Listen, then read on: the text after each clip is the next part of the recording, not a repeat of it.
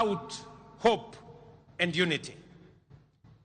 To Raila, there was no place on earth more worthy of devotion, no people more deserving of faith, and no dream more noble than the Kenyan dream. Thirdly, Baba's life was an example of always choosing and closing ranks for the common good.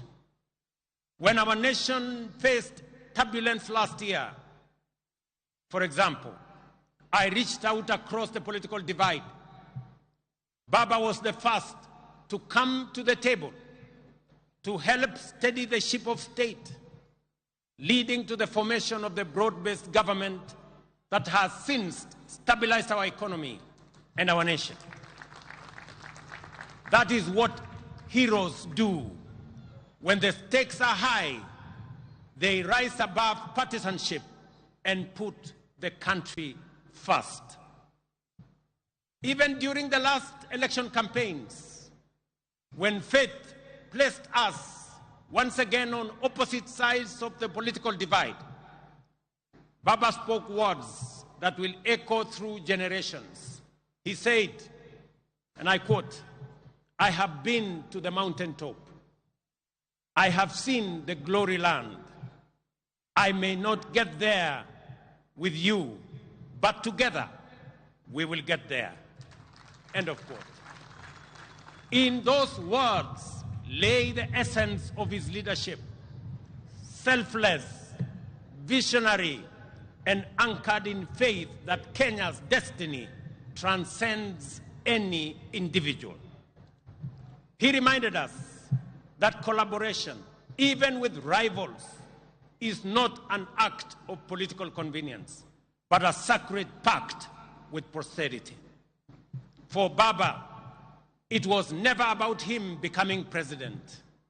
It was about Kenya having a good president, and Kenya moving from a third world status to a first world status in a short time as possible, so that we, as a people and as a nation, can realize our true potential. The glory land that he saw at the mountaintop is the better, the greater, and the more perfect union for which we must now, on this Mashujaa Day, dedicate ourselves anew. Fourth, our former Prime Minister was a foremost preacher of national unity.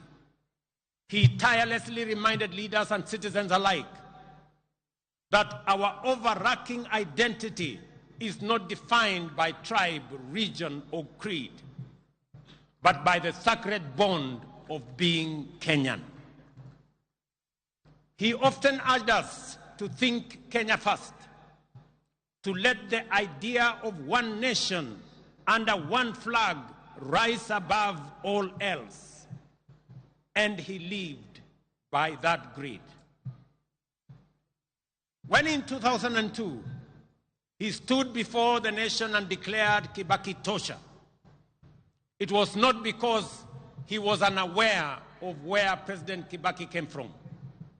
It was because he saw beyond geography and ethnicity. He saw Kenya as one united nation under God. Fellow countrymen and women, it would therefore be a desecration of his legacy if we were to allow ourselves to be divided by sectarian interests, by the peddlers of hate, or by the see nothing good about Kenya battalion. The fifth lesson from Baba's life is one of unshakable faith in the future. He was a die-in-the-wool eternal optimist. Through every trial, setback, and triumph, the Right Honorable Raila believed that Kenya's best days were still ahead. He endured prison, persecution, and political defeat, yet never surrendered to bitterness or gave in to hopelessness. His optimism wasn't anchored on naivety. It was courage in motion.